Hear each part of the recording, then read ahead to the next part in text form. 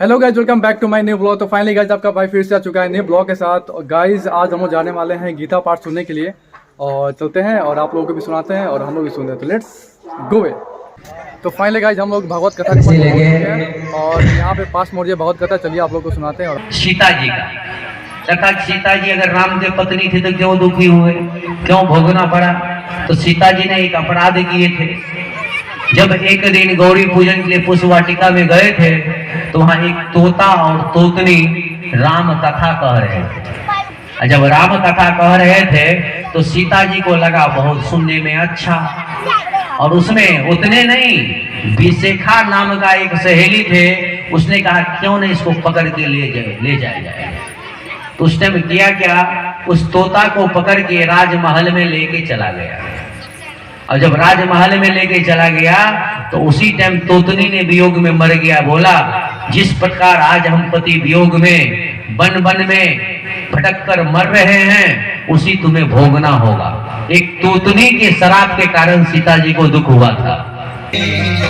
जाकर के गौतम किनारे से पूछो, जाकर के गौतम किनारे से पूछो, रावण कैसे बनाते जटायु सरिस मांसाहारी से पूछो। बताएंगे भृगु जी, बताएंगे भृगु जी, सब जानते हृदय उनका भाव में है कितना भूखा, हृदय उनका भाव में पूछो। खबरी से बारी भरी उनकी आँखों में है। ऋषि का श्राप है, उसके कारण या श्राप के कारण सब रो रहा है, क्योंकि वो श्राप गौतम ने दिया था अहल्या को, जो कि गौतम ने इंद्र के पास जाते थे और इंद्र के पास जाने के बाद उनके साथ अहल्या भी जाती थी। और वहां जाने के बाद क्योंकि अहल्या ऋषि पुत्री थी और ऋषि पुत्री होने के कारण, भक्ति के कारण उनके अंग शरीर में बहुत चमक था। तो इंद्र को लगता था कि सबसे सुंदर है, तो उसको वासना, और अहल्या को एक दिन हुआ क्या, सब अप्सरा बहुत कुछ चमक धमक पहनते थे। क्या पता अगर मैं भी किसी राजा का रानी होता तो मेरे पास भी ये सब होता। दोनों का भावना, वासना केवल भावना से हुआ था। और एक दिन क्या हुआ कि चंद्रमा को बोला साक्षी मानकर, क्योंकि देवता का राजा इंद्र है, तो चंद्रमा को उल्ट साक्षी आदेश देकर इंद्र ने अहल्या के कुटिया में चले आया। हुआ क्या कि पहले घड़ी उड़ी का सिस्टम नहीं था, तो मुर्गा उद्देशी, मुर्गा जब बोल जाता था तो सोच लेता था बड़ा मुहूर्त हो गया। तो हुआ क्या कि मुर्गा पहले ही बोल गया 12 बजे रात में।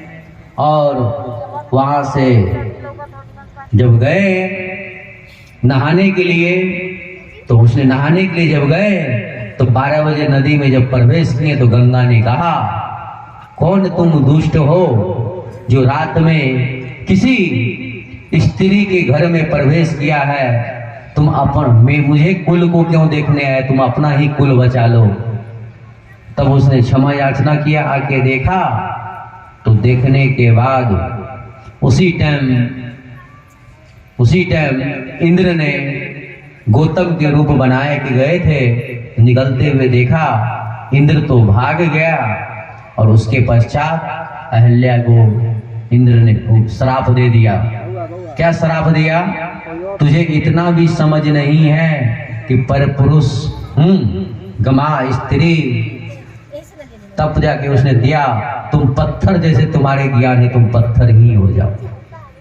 तो जल उठा के दिया। उसी का पुत्री था एक अंजना।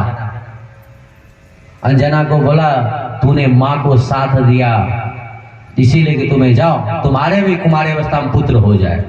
पर बाद में बहुत पछताया। तब उसने कहा कि जाओ, जब त्रेता आएगा तुम्हें भगवान स्वयं तारेगा। तब कहा उसने कि प्रभु इसका कोई उपाय।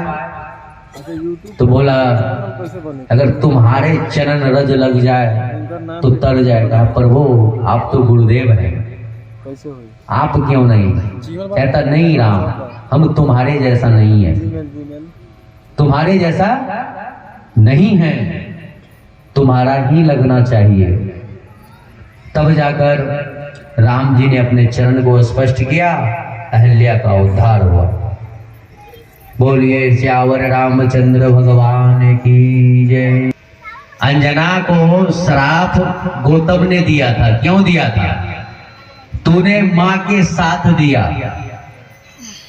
जब तूने देखा कि पिताजी चला गया तो फिर दूसरा पिता आया तो मां को साथ दिया कि नहीं?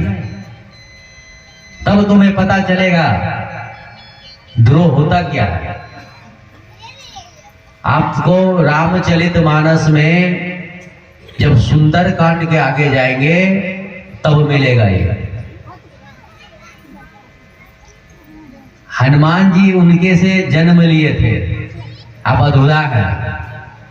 उसी श्राप को जब मोहिनी रूप भगवान ने लिए थे तो उसी श्राप को शिव जी को जब जलंधर ने परेशान किया था तो मोहिनी रूप बनकर भगवान विष्णु जी ने बचाए थे।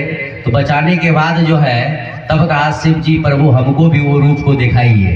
जब वो रूप दिखाए तब जाके शिव जी नसमस्तक बीजपात हो गए थे। तो बोला इसको अब कहाँ दिया जाए, संसार में दिया जाएगा तो ही हो जाएगा।